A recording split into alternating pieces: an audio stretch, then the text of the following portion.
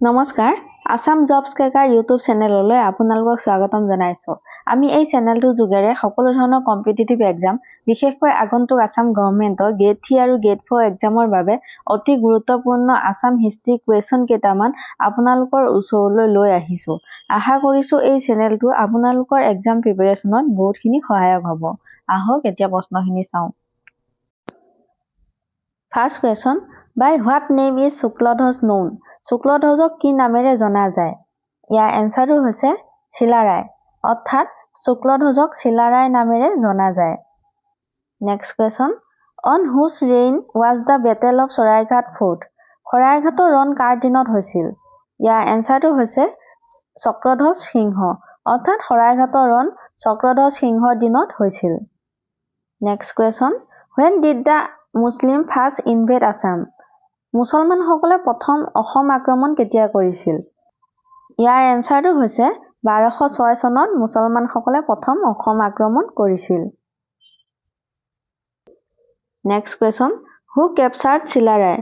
চিলাৰায় কাৰ হাতত বন্দী হৈছিল?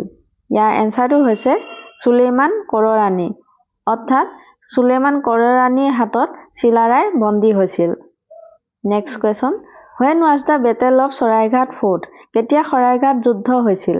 ইয়াৰ এনচাৰটো হৈছে ইন 1671, অৰ্থাৎ শৰাইঘাটৰ যুদ্ধ 1671 চনত হৈছিল। Next question, how many times did Mans invade Assam?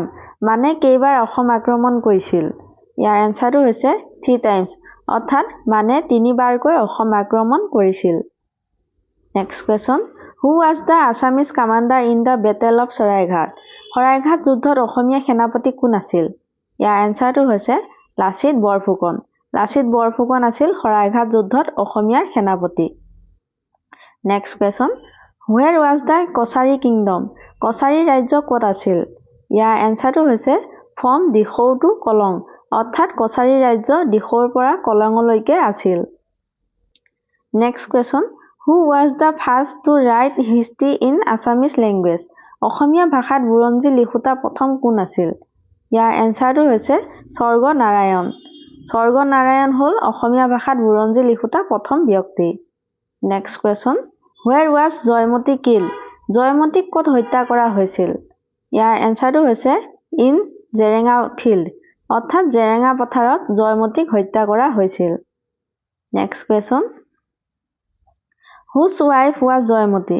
Joymoti কাৰ পত্নী আছিল? ইয়াৰ এনচাৰটো হৈছে গদাধৰ সিংহ, অৰ্থাৎ গদাধৰ সিংহৰ পত্নী আছিল Joymoti. Next question, who build Joydoul and Joysagar? Joysagar কোনে নিৰ্মাণ কৰিছিল? ইয়াৰ এনচাৰটো হৈছে ৰুদ্ৰসিংহ। ৰুদ্ৰসিংহই জয়দৌল আৰু জয়সাগৰ নিৰ্মাণ কৰিছিল। Next question, which Swargadeo created the title of Bora, Saikia and Hazarika? কোন স্বৰ্গদেৱে বৰা, শইকীয়া, হাজৰিকা পদবীৰ সৃষ্টি কৰিছিল?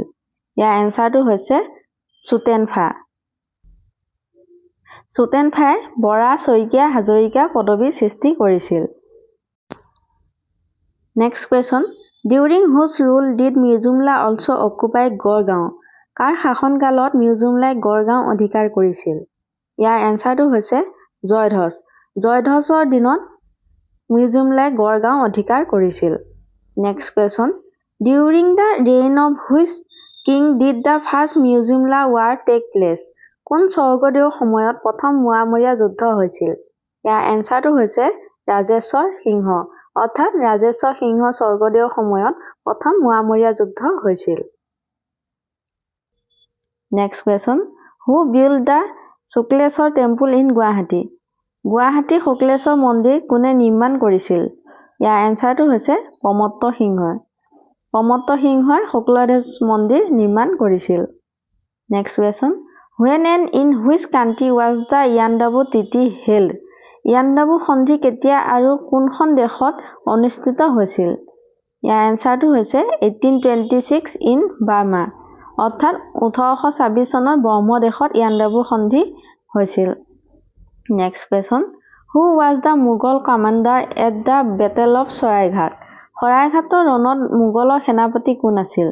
ইয়াৰ এনচাৰটো হৈছে ৰামসিংহ। শৰাইঘাটৰ ৰণত মোগলৰ সেনাপতি ৰামসিংহ আছিল।